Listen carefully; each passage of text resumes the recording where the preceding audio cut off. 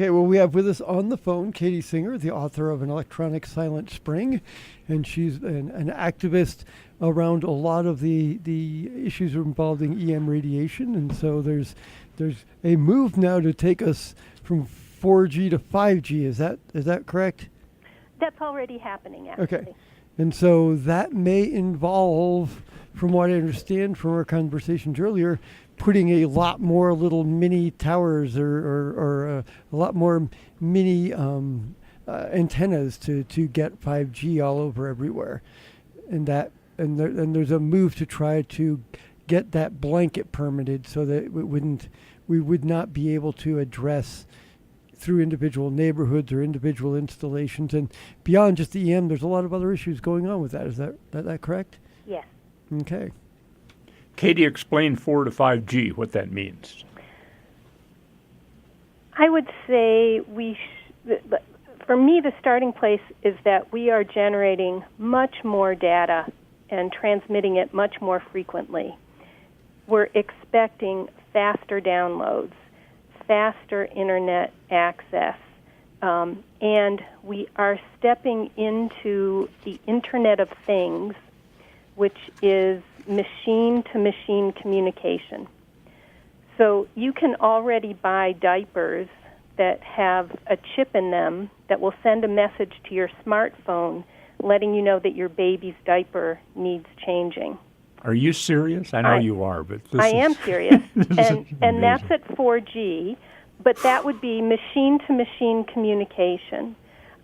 We also know that, like, you could be driving in traffic and your windshield could receive a message that would tell you a better route to go. That, again, would be machine-to-machine communication. So all of our systems, transportation, education, medical records, banking records, everything now is going into the cloud.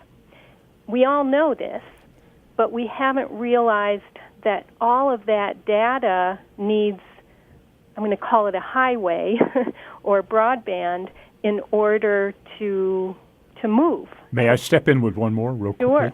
Sure. Google, or Amazon, which just bought Whole Foods, has a store called Go.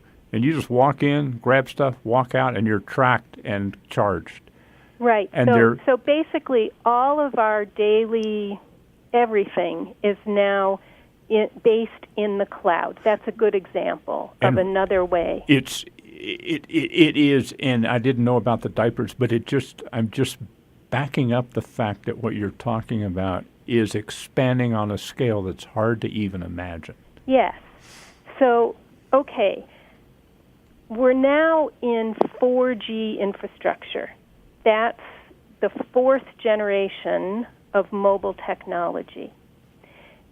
4G can't handle these demands, the data traffic that we are now wanting. Mm-hmm. Okay. And so that's why the FCC has passed the Spectrum Frontiers proceeding. They did that a year ago. And it allows the FCC to rent spectrum, radio frequency spectrum, in the millimeter wave range. So that is like 7 gigahertz to 100 gigahertz. 4G is at about 2.4 gigahertz. That's about 2.5 billion vibrations per second. I'm really simplifying things, and all the electrical engineers are going to have to forgive me. It takes, say, 8 minutes to download a video at 4G. With 5G, it would just take a few seconds. Wow. And so everyone's like, great, how do we get 5G?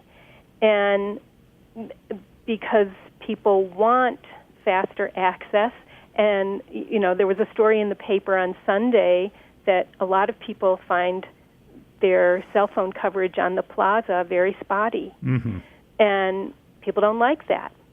So those are some of the reasons that people want improved access.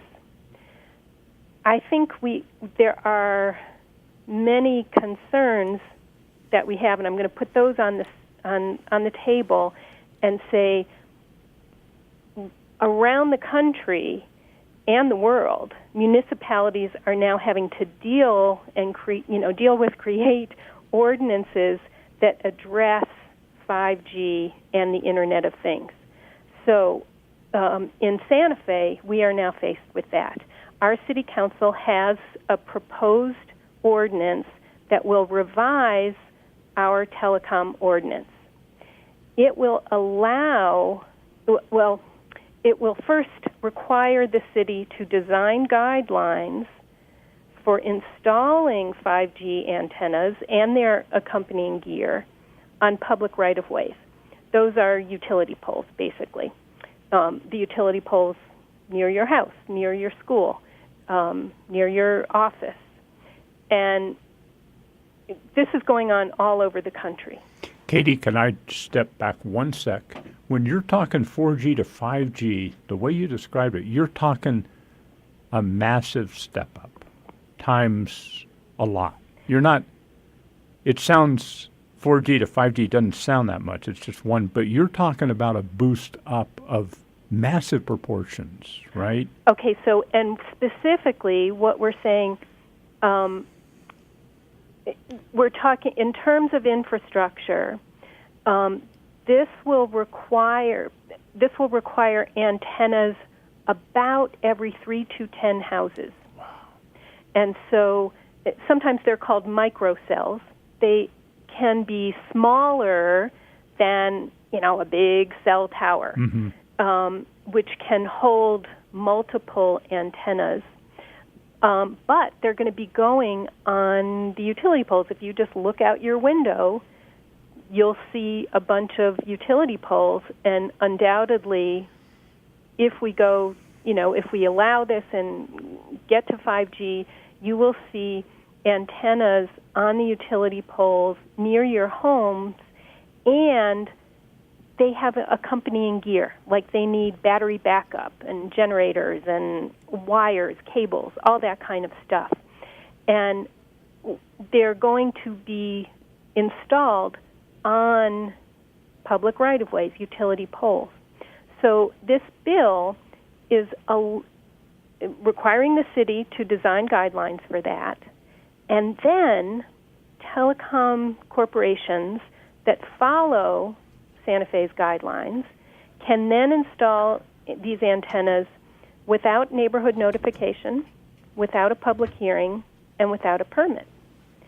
If you live in a historic neighborhood, historic requirements will be eliminated for this installment. They won't count. If you live in an area with covenants for underground utilities, that won't be a problem for the telecom corporations. They will simply erect poles that in the neighborhood so that they can install the equipment on those poles. The covenants that say utilities must be underground will not matter, will not count. So this is a really simplified version of what's going on. I can tell you I have concerns about all of this, as you say, really massive build-out. To begin, in the state of New Mexico, like every state, we have statutes that require a licensed professional engineer to investigate the proposal, to do due diligence with it, and then to certify, yep, this will safeguard the public's life, health, and property. And, before you drive your car over a bridge, before you install a water system, you want a professional engineer's certification to know that it's safe for you to drive over that bridge or drink the water. We have the same requirement with electrical infrastructure. So in order to know that a utility pole could withstand the extra weight of all of this equipment and, not collapse or cause a fire, I would want a professional engineer to investigate it, and in fact, our state statutes require that. But our ordinance is not including that. And so one of my questions is, by what authority can the city violate that New Mexico statute that requires a professional engineer's due diligence and protect us from fire safety? And people may not know, but it's not unusual for cell towers to collapse or catch fire. My website actually has a partial list of fires and collapses caused by cell towers that are often overburdened with gear. My website is electronicsilentspring.com, and if you search for cell tower fires and collapses, you'll find that list. I'm also concerned that workers, utility workers and rooftop workers, will be exposed to these millimeter waves without warning, and they could be really close to them routinely, like every day as they're working, with no warning, no protective gear. And that would be a violation of FCC worker requirements, or worker exposure limits. I'm concerned about losing democratic process, because all of these antennas could be installed they would be installed without a permit, and taking away all local authority over telecom placement. Right. So you would be waking up and noticing antennas on the utility poles near your home, and you would have no recourse. If this bill passes. I want to iterate now, and we will reiterate. This is being determined on the 30th at the City Council. Is that City correct? Council is voting on it August 30th, Wednesday. The meeting begins at 7 p.m. The City Council has already unanimously passed this bill in 3 committees: Finance, Public Works, and Utilities. So the final vote, the deciding vote, will be August 30th. And that's at 7 p.m. You can let your city councilors know. Where, I shared earlier with Xubi, I don't consider myself an expert in this kind of stuff. I am not a professional engineer. I have a lot of questions, and I'm concerned that we retain local authority as much as possible while technology changes in society, while our infrastructure changes. We want to be informed. We want to have recourse. We want to be able to say, we've got some questions about whether this safeguards the public's life, health, or property, and we want those concerns addressed. If this bill passes, we will lose those rights. What does the opposition look like right now? Well, again, so far the bill has passed unanimously through 3 committees at City Council. At the city level? Right. Yeah. Is there active opposition? Well, okay, now I hear your question. So I can share what's going on in other parts of the country and the world. In California, there's a state bill that's very similar. Over 200 cities in California oppose that bill. I believe more than half of their counties oppose it. The American Association of Retired Persons, the AARP, opposes it. There are many groups opposing it. In Ohio, 70 cities have opposed a bill like this. Most municipalities want to retain local authority over their infrastructure. So it's a question, why would Santa Fe want to give it up?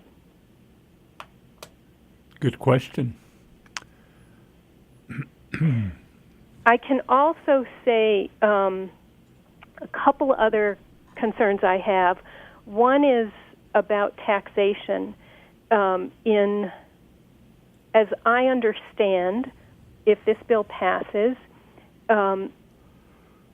telecom corporations will not be charged any tax for accessing the public right-of-way. In other municipalities, the telecom corporations will pay thousands of dollars per month per utility pole. So that's significant income. I don't understand why we would give that up. And that's another concern. It's not because we have plenty of money at the city level. Probably not. Probably not. No, absolutely not. We're broke. Okay. Or, And then there are questions of liability. So in the event of a fire, say, who would be liable? Would it be the telecom corporation? Would it be the city? Would it, who would be liable for not having had a professional engineer do the due diligence to say, yes, this is fire safe with this much gear? And my other big concern, it sounds like I'm all over the map here, except that these issues are so massive. It's the energy question. So in order to roll out this infrastructure and to go to the Internet of Things, this requires massive amounts of electricity and conflict minerals. It generates tremendous electronic waste. The energy use is largely invisible to us. But the energy required to manufacture a device and to manufacture the infrastructure is actually greater than the amount of energy that the device will use in its lifespan. And that is, and then we have data centers, which I think most people are familiar with. That's where we store our data. And they require, they're so large that you can see some of them from outer space. And let me you mentioned the conflict minerals. Yes. We're in Afghanistan, and we're going to increase our presence in Afghanistan. And on Rachel Maddow, a spokesman for the military-industrial complex, said, yeah. She said, how are we going to pay for this? He said, well, we're going to release some minerals from there, and that'll help pay for our war against the Afghan people. So most of the minerals that I'm aware of, or many of them, come from Congo, Democratic Republic of Congo. You're correct, and that's a horrible situation in Congo. Yes, yeah. And more people have been murdered over conflict minerals in Congo than have been murdered since any event since World War II. Right. Afghanistan just holds untapped conflict minerals in their mountains. And China's already in there, and the U.S., this guy admitted right up, without any opposition from Rachel Maddow, yeah, he said we're going to go in and release some of the minerals as if they're just waiting to be liberated by us. So most people may not know any kind of mobile device. I don't care if it's a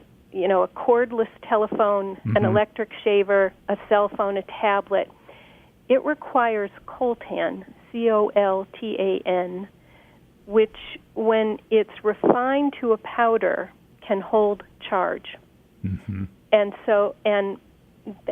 coltan is primarily mined in Democratic Republic of Congo. There are many other conflict minerals that go into devices.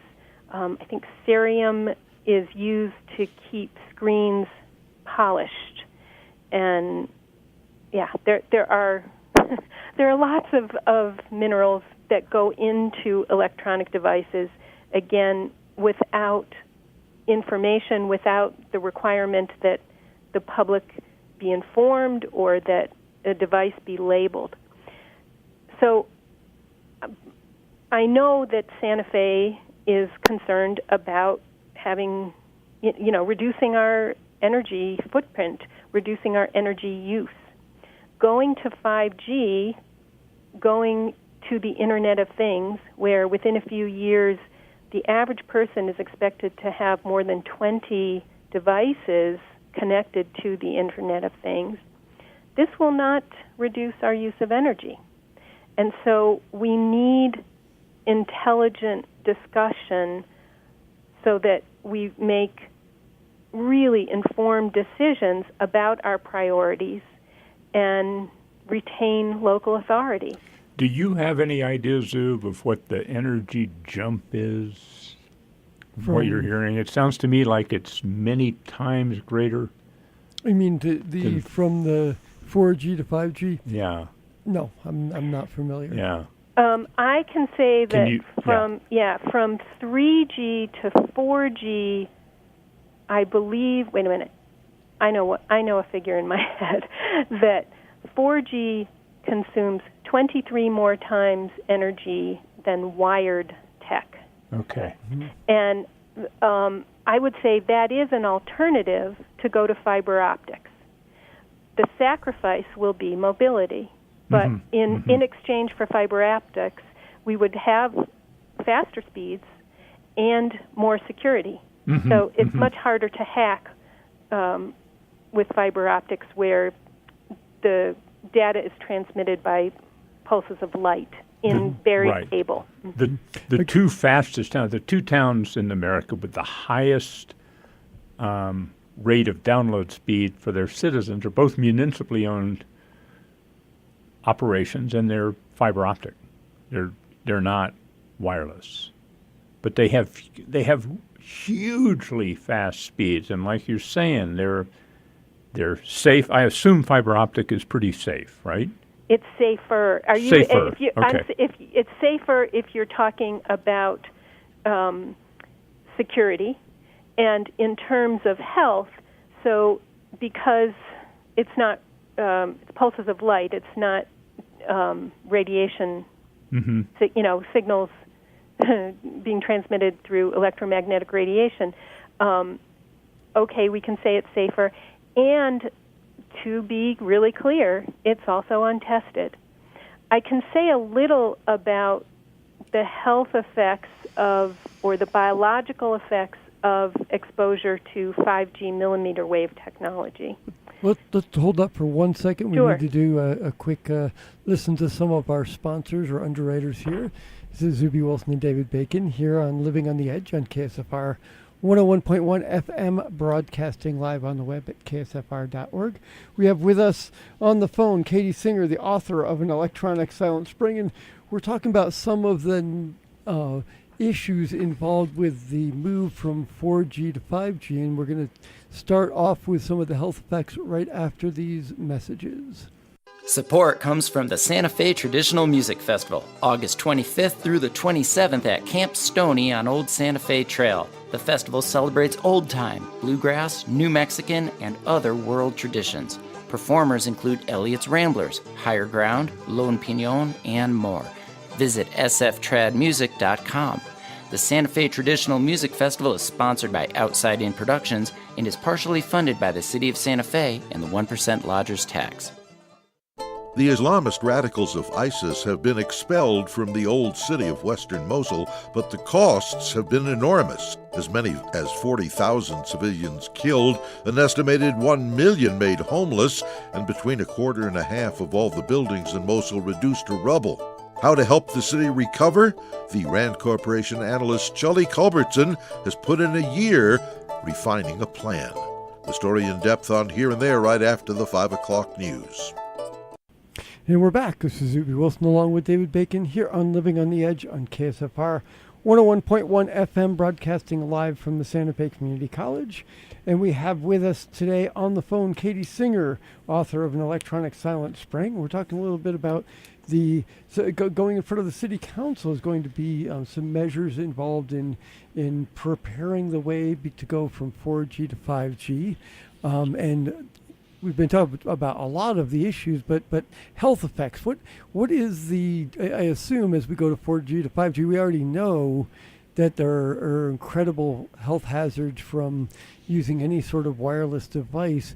But this jump from 4G to 5G, what does that do in terms of increasing the hazard of the EM radiation?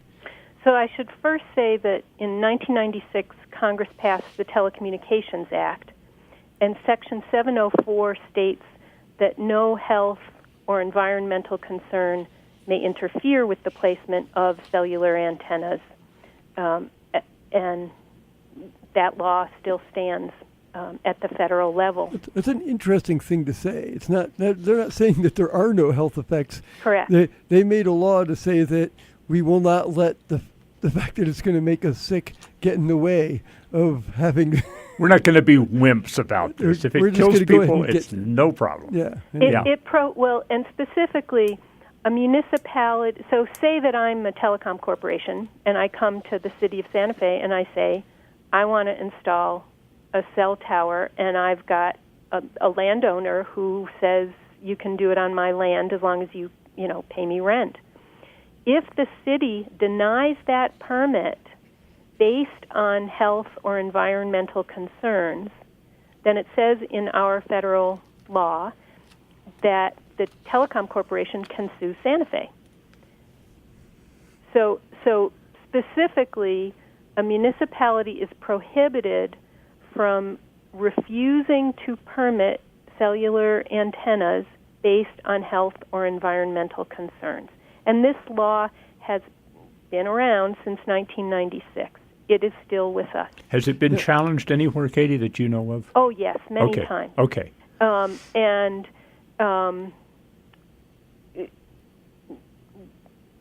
Nothing has. We haven't won. I would say health and environmental concerns have not won. The engineering needs and the telecom corporate needs have ruled. It's interesting. So it must be defined as interstate commerce, because otherwise I don't think the federal government has the authority to tell a local government that they can't regulate. The state government could, but yeah. Right, it's the Commerce Clause. Yes. I'm sitting here surrounded by articles I just printed off. One on states that have made it illegal to discuss seed safety. We're talking about nuclear waste, GMOs, neonicotinoids, and now pipelines. And all of these are public health and safety, and many of them we let go, like nuclear waste, and now we're facing a huge issue on that. GMOs will be a huge issue, etc. And also, what you said about democracy, the cities, the local municipalities that are taking control of their utilities, of their infrastructure, are the ones that are going to flourish in the future. If they're just letting corporations have their way, they won't. So here's the reality, as I understand it. Taking control, I don't know that we can go that far. We want to maintain as much local authority as we can. We could municipalize the entire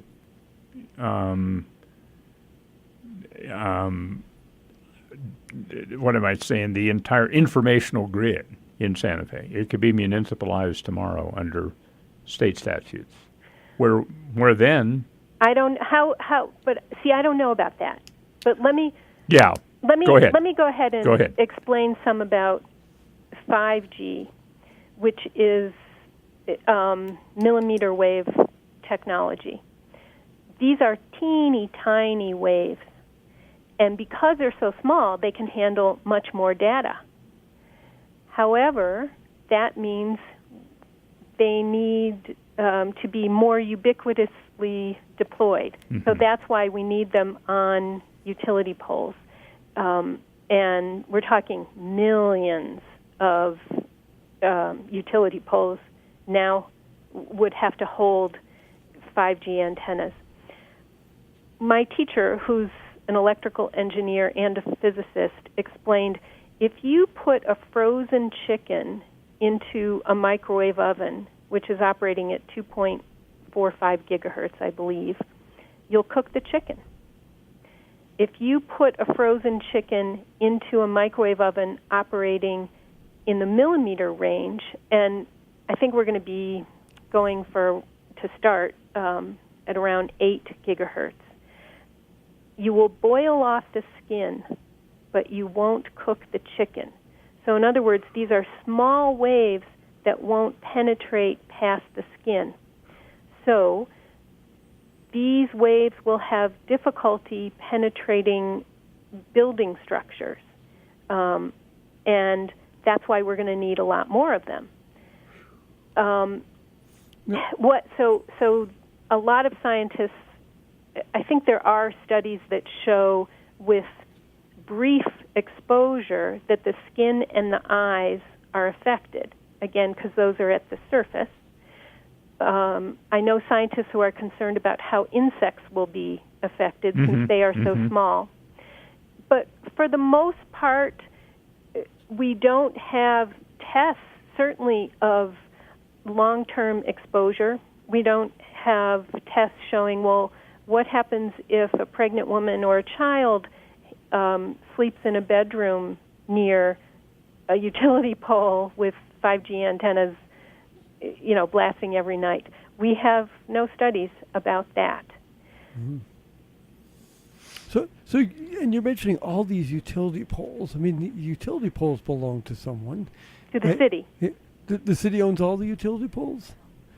Well, because I think some of them are owned by P&M. By owns P&M utility poles. But the land that they're on it's a right of way. is a right of way. Yeah. But I don't imagine P&M is going to let them just put intent. They're going to want to get paid to have things put on their utility poles. So they're going to get paid, and the municipality is not. Good question. I don't know the answer. It's a good question. I don't imagine anybody that has any infrastructure that's going to let these things be put up is going to let them do it for free. And so there's no reason that the city should either. Well, that gets back to your question, Katie, of who is liable. And if P&M is saying, hey, wait a minute, and something happens, P&M just goes, we're not liable. So I'm just going to repeat. We could sit here and we could generate questions for days. I don't think the city is ready to pass this proposed revision to our telecom ordinance. So if people could let their city councilors know good point. Before August 30th or show up for the public hearing, which may be the last public hearing we have unless people let their city councilors know that, we've got a lot of questions unanswered still, and we need to talk about this. These are legitimate concerns for a citizenry. So there is an ordinance and sponsors already, though? There is a proposed bill, and it has passed unanimously through the Utility, Finance, and Public Works committees. The actual vote, which will decide whether or not this ordinance takes effect, happens August 30th, Wednesday at 7 p.m. at City Hall. Who's carrying that bill? Do you know? I believe Councilor Harris proposed it. Mm-hmm. So without public outcry, you're anticipating this would probably just pass? Yes, and it's very curious that the New Mexican had the story on Sunday about spotty coverage on the plaza, which, okay, that's, let's take note that people are concerned about that and people are expecting decent coverage. That's reasonable. And I don't understand why the New Mexican did not include this proposal to change our telecom ordinance in that story. And they have not covered it to the best of my knowledge. Okay. I'm going to take one more quick break, and we'll come back and finish up. This is Xubi Wilson and David Bacon here on Living on the Edge, KSFR 101.1 FM, broadcasting live on the web at ksfr.org. And we have with us Katie Singer, author of An Electronic Silent Spring. We're talking about an ordinance that's going to be up for a vote in front of the City Council on August 30th that may pave the way for a 5G network that has, a lot of unanswered questions, to say the least. But we'll be right back after these messages. Hey, you guys, this is Peter Williams. You're all invited right here every Thursday night for Music in the Madness. 3 hours of freaky late-night freestyle free speech for you, the free. Combining music, language, and ideas, which a truly free society would neither fear nor suppress. That's every Thursday night from 10 p.m. till 1 a.m. Music in the Madness. There's a world of diversity on KSFR. Are you a woman with cancer? Find inspiration, laughter, and support through Empowering Ourselves to Heal, a free drop-in workshop for women with cancer, hosted by the Cancer Foundation for New Mexico. The group meets from 10 a.m. to noon the first Saturday of every month and from 6 to 8 p.m. on the third Thursday of the month at the Cancer Foundation offices. For more information, call facilitator Hollis Walker at 577-6763. And we're back. This is Xubi Wilson along with David Bacon here on Living on the Edge on KSFR 101.1 FM, broadcasting live from the Santa Fe Community College. We have with us Katie Singer on the line, the author of An Electronic Silent Spring. And we're talking about a ordinance to allow us to pave the way for 5G telecom in Santa Fe going up before the City Council on August 30th. Probably will pass unless a lot of folks get out there and raise a stink about it. So call your city councilors and show up if you can at the meeting, but definitely call ahead of time because it sounds like this has got tremendous momentum if it's been passing unanimously in all these committees. I'm curious about the Finance Committee, why they unanimously passed something that gives up a right without any compensation. A source of revenue. Yeah, it's a little odd, but it sounds like it has lots of momentum. I'm sure it's been sold as it's just a great idea. Why would anyone be against it? But you've heard a little bit about that here on our show. We've got a couple more minutes, Katie. Is there anything you would like to bring out in just the last couple minutes of the show? I want to say thanks to both of you for having me on today, just because, it's giving all of us the chance to get informed and to raise questions and to have public discourse, which I really appreciate. And to clarify, the ordinance that's proposed, I believe it's 2017-22, if it passes, then telecom corporations that abide by the city's guidelines would be able to install antennas on utility poles near our homes, schools, and businesses without any neighborhood notification, without any public hearing, without any permit. And that would include historic neighborhoods and neighborhoods where covenants say you must have underground utilities. That would be a major loss of democratic process, a loss of local authority over our infrastructure. And if you believe in democratic process, if you want say, you want to retain say, or have the chance to say whether or not an antenna can go on the utility pole beside your home, I hope you'll let your city councilors know and let them know by phone and mail and also by showing up at City Council 7 p.m. August 30th, Wednesday. And I want to stress, Katie, you may not want to because you're very cautious about this, but this could be an unbelievable health impact, bad health impact on the community in general. Well, and we don't know.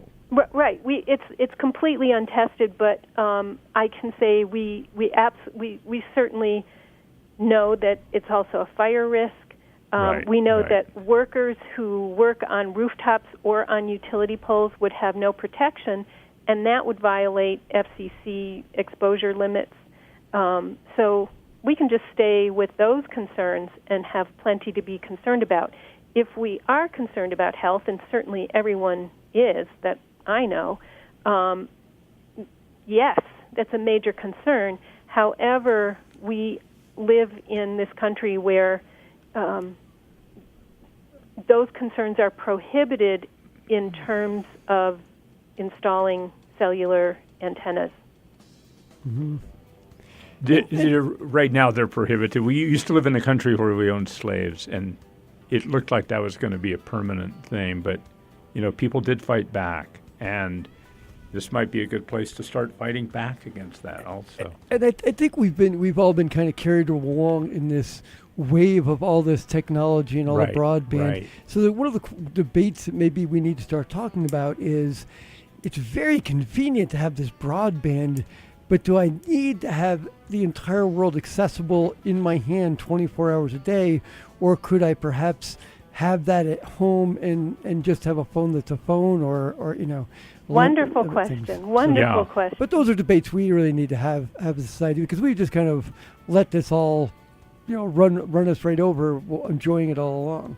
I want to say quickly 2 great films at CCA tomorrow night and Saturday night on Tony Price and the War in El Salvador, starting at 7 by local director Glenn Silber. And he'll be there to talk about the yeah. movies. So. And Katie, thank you so much for being on and doing what you do. Thank you. You bet. Okay, it's Xubi Wilson and David Bacon on Living on the Edge. Thanks for coming on, Katie Singer, author of An Electronic Silent Spring.